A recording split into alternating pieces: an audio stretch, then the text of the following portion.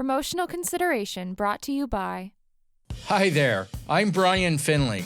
I've been working in the animation industry for over 20 years. Come join me as we explore the process of creating an animated cartoon. We'll meet some amazing people along the way, right here on Drawn to It, Behind the Screens.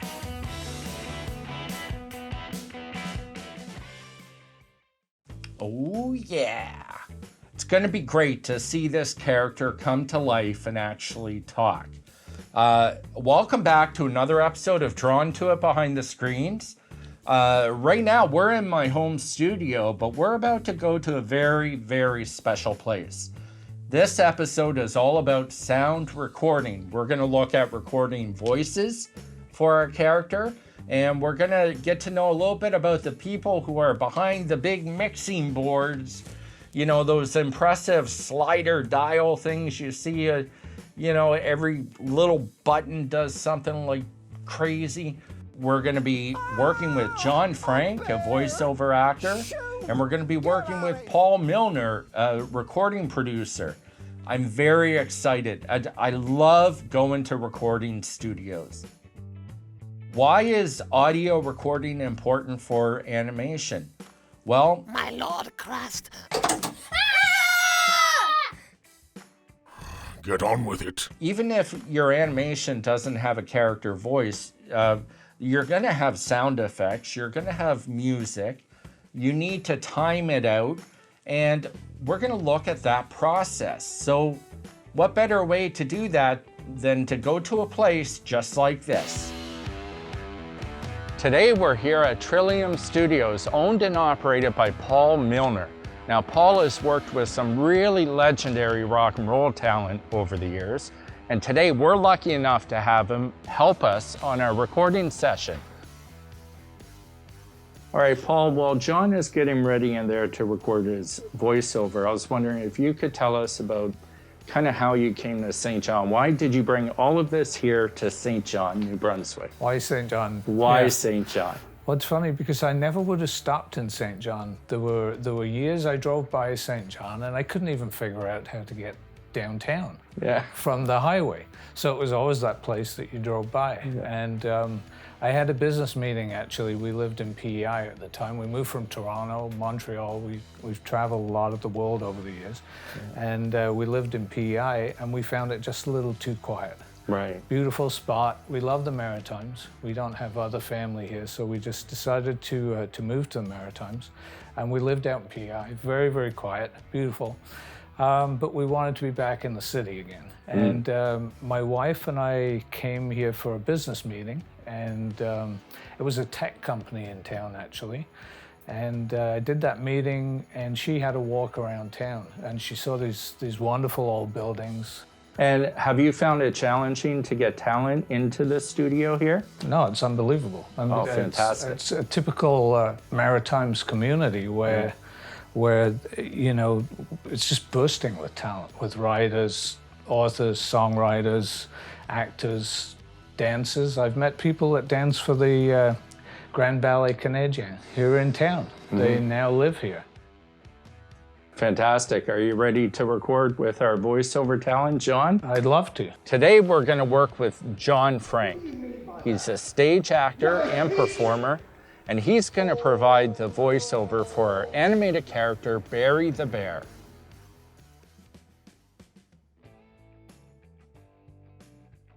So, John, thank you for doing the voiceover for us. Really appreciate it. I was wondering if you could maybe talk to the audience a little bit between the difference of voiceover acting versus being on stage and projecting your whole body to a live audience. Yeah. Well, it is a different experience, and we were talking a little bit about that earlier. When I'm on stage, I have someone with whom I'm working, and maybe an ensemble, and an audience. So there's all this energy being exchanged between people and ideas, and you have a character that you're, have developed, hopefully. With voiceover, it's all of that has to happen somewhere inside my head. Right. So I have to be thinking or trying to think about what's happening in this scene. I have to think, would bring all of that to my voice without anybody else to interact with. So it's trickier, but I like the challenge. So I like trying to do it.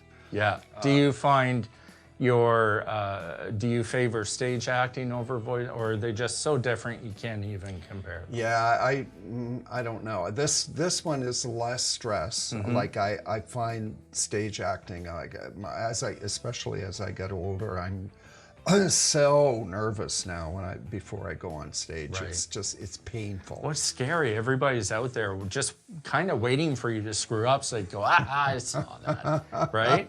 So Well, that's the negative actor's thought process.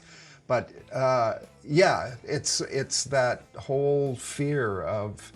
I don't know if you can use this, but I said to a friend of mine, I was doing a show, and I said, I'm so nervous. And she said, why are you so nervous? Like, you've been doing this forever. Yeah. And I said, because I'm afraid of what might happen. And she said, well, what's the worst that could happen? And I thought, the worst that could happen is I poop my pants and fall to the stage in the fetal position. Right. Which I'm sure has happened. Oh, I'm sure. Yeah. I've done that. No, I haven't yet. She said, well, what would you do after that? And I actually thought the answer was I would stand up and finish the show. Right.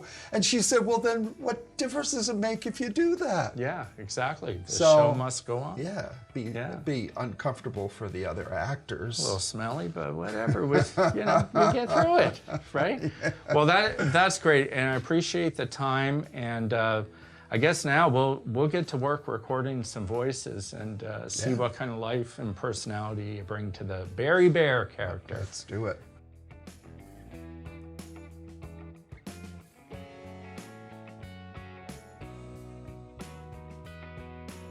For the first line, John, for the Barry the Bear, if you can do do half a dozen takes in different voices, Sure. and I'm sure we'll get what we need. Okay. Okay, thank Okay, you. we're rolling, John, so whenever you like. All right.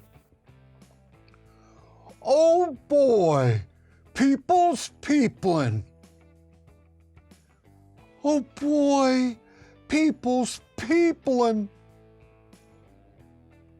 Oh boy, people's peopling. Oh boy, people's peopling. I can work with that. That's awesome. So we'll move on to the human now. Okay. Just give it a second. Okay, here we go. I know I have ketchup here somewhere. I know I have ketchup here somewhere. I know I have ketchup here somewhere. I know I have ketchup here somewhere. I know I have ketchup here somewhere. John, can you do one that's sort of prompted by some grunts and effort, like he's moving crap around and then delivers the line so annoyed? Yeah. That'd be great. Thank you. Okay. Anytime. Oh, I know I have ketchup here somewhere. Perfect. That's it. Oh, okay. Yeah. All right. That is great. We can move on to the next line. All right. How do you want that arg a bear? The arg. Like just scared and freaking out, and just imagine whatever's in his tent, he's whipping at the bear, like, just get away from here. Okay. Shoo bear. Like, he's not a swearer, so the word shoo is like his F word kind of thing. Right. Okay. Okay, anytime. I A bear! Shoo! Get out of here! Leave my food alone! Oh, a bear! Shoo! Get out of here! Leave my food alone! Oh, a bear! Shoo! Get out of here! Leave my food alone! Okay, that's great. We got it. Ooh, I am geeking out. I could spend all day down in that recording studio, and despite all of the construction around here, I didn't hear a thing. Now, we've got our voices recorded. That's great. Now we got to talk about sound effects. And to help us with that, we're going to go all the way to BC, Canada, and touch base with Nori Henderson. Here we go. Hi, my name is Nori Henderson, and I'm a sound designer, composer, producer, and audio engineer from British Columbia, Canada. When I start a new project, I like to gather as much information as possible. So I'll talk to the client about the tone, the mood, the intended audience, and from there, I'll start to build a picture in my head of the audio landscape for the listener. The next stage for me is sound design. I like to start with a blank slate. I like to have nothing else going on. It helps me deal with the more nuanced elements, especially the background ambience. The final stage for me is composition. Composition can take many different forms depending on the application. Sometimes it will be part of the sound design and those will be intricately woven. Other times it will just be sort of a bed track, very basic. Regardless, it's a journey, and I usually like to start by playing along to the video on the piano or the guitar, and from there I'll add in my notes and different instrumentation and make decisions on tempos and keys that work best. I enjoy the realism of live action, but I love the challenge of animation. I do find I have to dig a little deeper for animation because I'm just given a blank canvas a lot of the time, and I get to make a lot of very big decisions that will impact characters and worlds and universes, and it can be a lot to handle.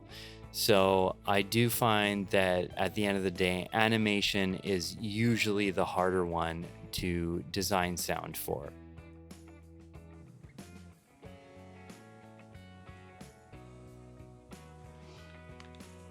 Hi, I'm just listening to some rough sound effects that Nori sent me. And if these are his roughs, I can't wait to hear the finished product. But we got to wait for the next episode of Drawn to It Behind the Screens.